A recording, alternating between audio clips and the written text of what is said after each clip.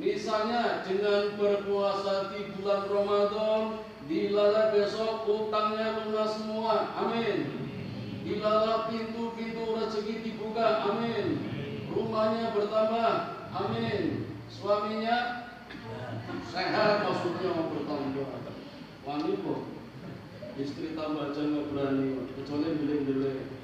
Namanya jiri itu. Putranya dapat beasiswa, amin. Diterima di perguruan tinggi terbaik, amin. Apalagi itu dunia bisa ya, boleh ya, masa enggak?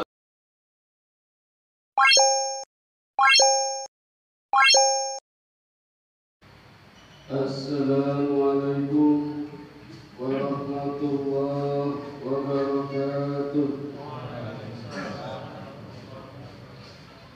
Innal hamdalillah nahmaduhu wa nasta'inuhu wa nastaghfiruhu wa na'udzu billahi min shururi anfusina wa min sayyiati a'malina. May yahdihillahu fala mudilla lahu wa may yudlil fala hadiya lahu. Asyhadu an la ilaha illallah wahdahu la syarika lah wa asyhadu anna Muhammadan abduhu wa rasuluhu la nabiyya ba'dah. Jamaah Masjid Ar-Rahmat yang dirahmati Allah, di waktu yang singkat ini saya akan melanjutkan materi yang baru saja saya sampaikan tadi di saat pengajian buka bersama, tapi tidak di sini, di Masjid Al-Ngadi Sutati Sosro di Buran.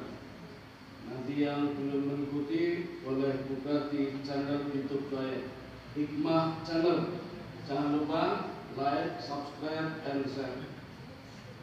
Bapak Ibu yang dirahmati Allah, saya akan melanjutkan materi tentang khawarikul ada. Ada yang tahu? Yang tahu boleh ulang duluan.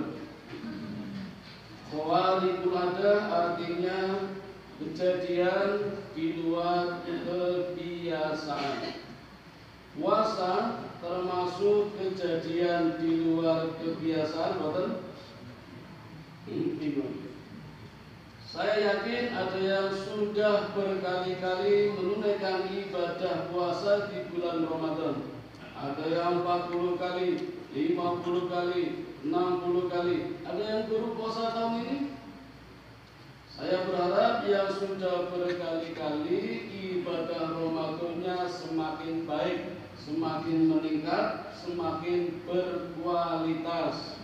Sebagaimana pesan Nabi, puasa tahun ini harus lebih baik dari tahun kemarin. Kalau sama, rugi, apalagi lebih jelek, celaka kata Nabi. Nah, puasa yang baik, Ramadan yang berkualitas adalah Ramadan yang mampu menghasilkan kebaikan pada diri kita, baik dunia maupun akhirat. Akhiratnya sama Bapak Ibu, 10 hari pertama kita mendapatkan rahmat sesuai dengan nama masjid ini. Sudah datang di sini pasti mendapatkan rahmat. 10 hari kedua mendapatkan maghfirah, ampunan, bersih kita dari dosa-dosa, baik dari dosa besar, dosa kecil maupun dosa-dosa yang tidak disadari. 10 hari terakhir kalau berhasil kita mendapatkan ihkum minanar, tiket terbebas dari siksa api neraka, berarti masuk surga. Itu akhiratnya. Yang dunia kalau kita dapat boleh ya, masa nggak boleh? Misalnya dengan berpuasa di bulan Ramadan, dilala besok utangnya lunas semua, amin. Dilala pintu-pintu rezeki dibuka, amin. Rumahnya bertambah, amin. Suaminya sehat, maksudnya mau bertambah. Wanita, istri tambah aja nggak berani, kecuali beli-beli. Namanya jiri itu. Putranya dapat beasiswa, amin. Diterima di perguruan tinggi terbaik, amin. Apalagi itu dunia bisa ya, boleh ya. Masa nggak boleh dunia? Akhiratnya dapat, dunianya dapat. Nah, untuk mendapatkan ini Bapak Ibu, ikuti proses Ramadan dengan baik, mulai dari tarawihnya, tadarusnya, kuliah subuhnya, sedekahnya, takjilannya sepanjang 1 bulan. Insya Allah kita akan mendapatkan khawarijul adah, kejadian di luar kebiasaan yang nanti kita bisa mengalaminya. Tiap jamaah punya pengalaman berbeda-beda, tidak sama, terserah Gusti Allah. Nah, ragam dari khawarikul adah ini berbeda-beda. Untuk Nabi namanya mukjizat, untuk wali namanya karomah. Karomah niku singkatan Pak dari karunia, rahmat dan nikmat. Disingkat janjane karomat. Wong Jawa ngendika keramat. Aslinya karomat, membacanya karomah. Itu yang dialami oleh para wali. Jujur saja kita bukan wali. Paling ada ya cuma wali murid kalau anaknya sekolah. Atau yang guru mungkin jadi wali kelas. Bapak-bapak kalau dapat undangan yasinan ya namanya wali mahan. Atau sesekali jadi wali nikah. Paling cuma itu, bukan wali karomah. Untuk orang alim biasa di bawah wali namanya maunah. Untuk adik-adik, oh enggak ada. Tadi di luar banyak ya. Itu namanya irhas. Nah, untuk kita Bapak Ibu orang biasa namanya keajaiban. Syaratnya cuma 2, senantiasa berbuat baik dan bertakwa. Nah, kalau orang jahat gimana? Bisa saja dukun-dukun misalnya, tukang sihir, ahli maksiat bisa mendapatkan keajaiban, tapi namanya bukan keajaiban, keanehan. Aneh wing, awalnya poso rada poso jenenge aneh. Bisa saja.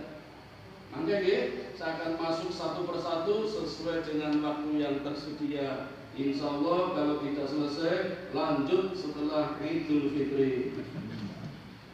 Yang pertama untuk Nabi, kita insya Allah dapat cipratannya kalau kita meyakini adanya mukjizat. Nabi senang dan Nabi mengatakan, sungguh beruntung umatku yang hidup tidak di masaku, tapi meyakiniku, beriman kepadaku, yakin dengan mukjizat-mukjizatnya walaupun tidak menyaksikannya secara langsung. Coba kita bayangkan Bapak Ibu, kalau kita bisa menyaksikan langsung kejadiannya sangat dahsyat di depan mata, para sahabat bisa melihatnya. Contoh misalnya Nabi pernah mengatakan, jika minumanmu kejatuhan lalat, maka tenggelamkan lalat itu, karena di dalam kaki lalat ada racunnya dan di kaki satunya ada penawarnya. Ini mukjizat Bapak Ibu. Di mana letak mukjizatnya? Nabi tidak tahu kalau di dalam lalat ada racun, ada penawar. Lalat pun tidak tahu kalau kakinya ada racun, ada penawar. Siapa yang tahu?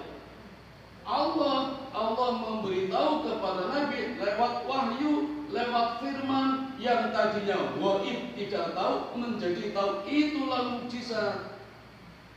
Jadi keanehan, kejadian yang kita tidak tahu menjadi tahu, itu namanya mukjizat yang dialami oleh Nabi. Di zaman itu belum ada dokter, belum ada tabib. Nabi tahu atas pemberitahuan Allah, itulah mukjizat. Nah, sekarang kita tahu, banyak dokter juga tahu, banyak tabib juga tahu.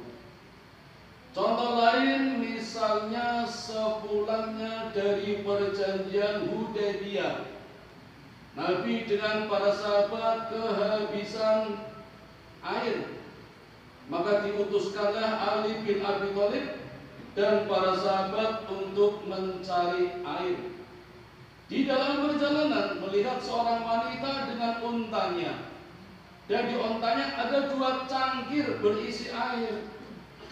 Ali bertanya, "Wahai wanita, dari mana air itu dapatkan?" Wanita ini menjawab, "Untuk mendapatkan air ini harus melakukan perjalanan sejak kemarin." Artinya harus berjalan jauh untuk mendapatkan air. Padahal air yang ada di cangkir onta itu tinggal sedikit. Maka Ali mencoba merayu, bukan minta airnya, mengajak wanita ini dihadapkan kepada Nabi. Sampai di hadapan Nabi, Nabi mengambil air yang tinggal sedikit ini, mencelupkan tangannya, kemudian berdoa. Maka pada jari-jemari Nabi memancarkan air, yang airnya ini bisa diminum oleh para sahabat, kendi-kendinya dipenuhi semua, para sahabat bisa berwudu, bahkan masih tersisa untuk wanita ini yang membawa ontanya, tempat minumnya juga dipenuhi. Inilah yang namanya mukjizat membawa barokah. Hanya air 2 cangkir tinggal sedikit bisa berlimpah ruah menjadi barokah, mukjizat. Contoh lain ketika dalam perjalanan perang Tabuk, perang kesulitan, Nabi kehabisan bekal.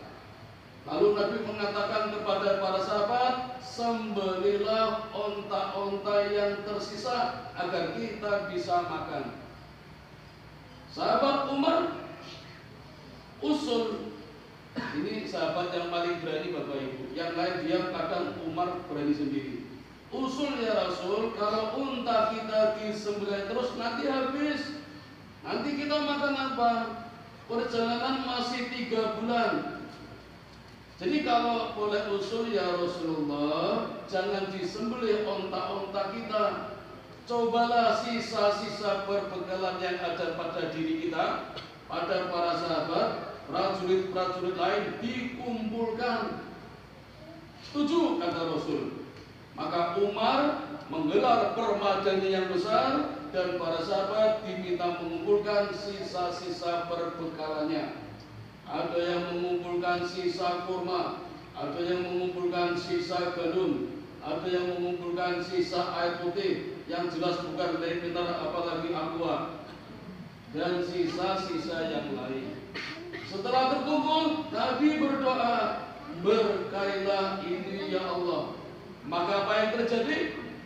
Sisa kurma tadi, sisa air tadi, dan sisa-sisa bekal yang lain bertambah banyak. Sahabat semuanya sudah mengambilnya, para prajurit semuanya sudah mengambilnya, memenuhi perbekalannya. Masih ada sisa. Inilah yang namanya barokah dari mukjizat yang Allah berikan kepada Nabi atas doa Nabi. Mukjizat Bapak Ibu. Contoh lain misalnya ketika Nabi melakukan hal-hal yang orang lain tidak melakukan. Nabi Bapak Ibu punya kebiasaan di Mekah memberi nama-nama untuk anak-anak yang baru lahir. Orang tuanya senang semua diberi nama oleh Nabi, termasuk dengan ludahnya Nabi mengusap rambut para bayi yang baru lahir dengan Bismillahirrahmanirrahim. Maka begitu diusap dengan ludahnya, dalam waktu sekejap bayi ini rambutnya langsung lebat, ketel, berwarna hitam. Ini mukjizat. Jadi mukjizat ini Bapak Ibu diberikan Allah kepada Nabi sebagai tanda kenabian. Ini loh Nabi. agar nabinya juga mantap, sahabat para pengikutnya juga beriman. Hanya untuk Nabi mukjizat ini.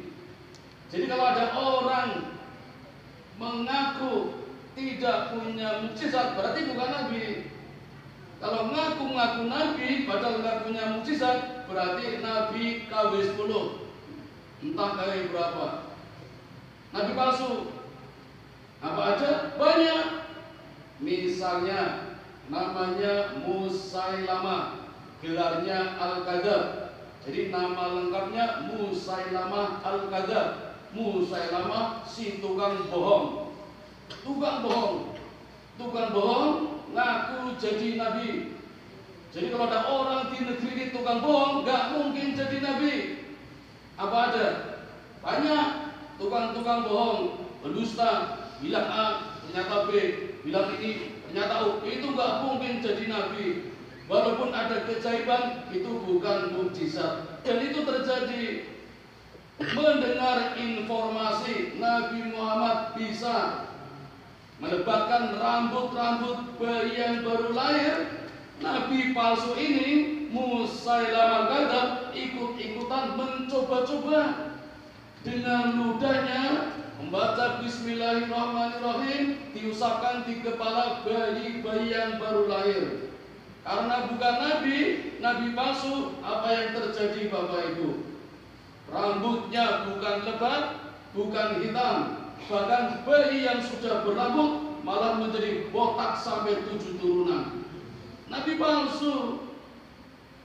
Nabi Muhammad dengan ludahnya mampu membuat sumur yang tadinya kering. Hanya diludahi saja Bismillahirrahmanirrahim, sumurnya jadi banjir. Airnya bersih, segar, pH-nya tinggi, ngalahkan Le Mineral sama Milagros. Ada apa-apanya itu. Musailamah ikut-ikutan. Sumur-sumur di Yaman diludahi semua. Apa yang terjadi? Malah bacin baunya tidak enak, busuk. Karena Nabi palsu, tidak bisa ditiru. Itulah beberapa mukjizat yang dialami oleh Nabi kita Muhammad Sallallahu Alaihi Wasallam. Baru sedikit Bapak Ibu, jumlahnya ribuan. Itu mukjizat yang berupa kejadian.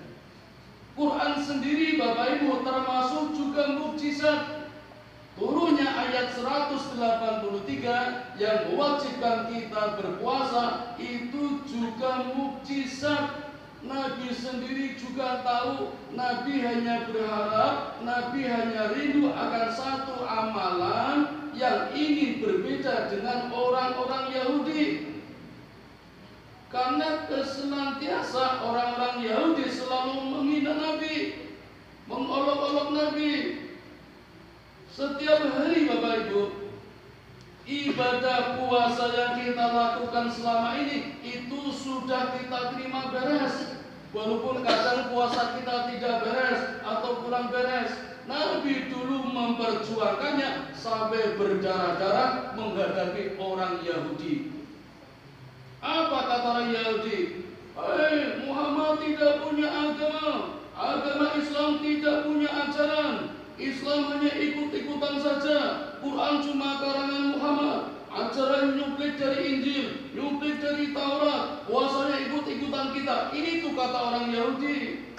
Nabi resah, gelisah, ingin punya ajaran puasa yang berbeda dengan mereka. Nabi menunggu 2 bulan sebelum Ramadan Bapak Ibu. Di bulan Rajab Nabi sudah menanti-nantikannya dan senantiasa berdoa, Allahumma barik lana fi Rajab wa Sya'ban wa balighna Ramadan. Ini doa Nabi di bulan Rajab. Ya Allah, berkatilah kami di bulan Rajab dan Sya'ban, dan sampaikanlah kami di bulan Ramadan. Dan sekarang sudah Ramadan Bapak Ibu. Alhamdulillah, yang kemarin tidak berdoa sekarang sampai di bulan Ramadan, berarti rahmat Allah. Apalagi yang berdoa. Saya yakin panjenengan semuanya berdoa. Ingat gak bulan Ramadan tahun lalu? Pasti berdoa, ya Allah mudah-mudahan bertemu bulan Ramadan tahun depan. Ngerti ya? Dan sekarang sudah ketemu. Maka siap-siap Bapak Ibu, kita senangkan Rasulullah. Di mana Rasul kangen 2 bulan sebelum Ramadan sudah berdoa. Bahkan Rasul mengatakan bulan Rajab adalah bulannya Allah, bulan Syaban adalah bulanku, dan bulan Ramadan adalah bulan umatku. Bulan kita Bapak Ibu, bulan umat Islam. Saatnya umat Islam berpesta. Pesta tarawih, pesta tadarus, pesta subuhan, pesta sedekah, pesta takjilan, dan pesta-pesta amal ibadah yang lain. Asal bukan pesta miras, pesta zina, dan pesta-pesta yang negatif lainnya. Ini saatnya kita pesta di bulan Ramadan Bapak Ibu. Senangkan Nabi kita.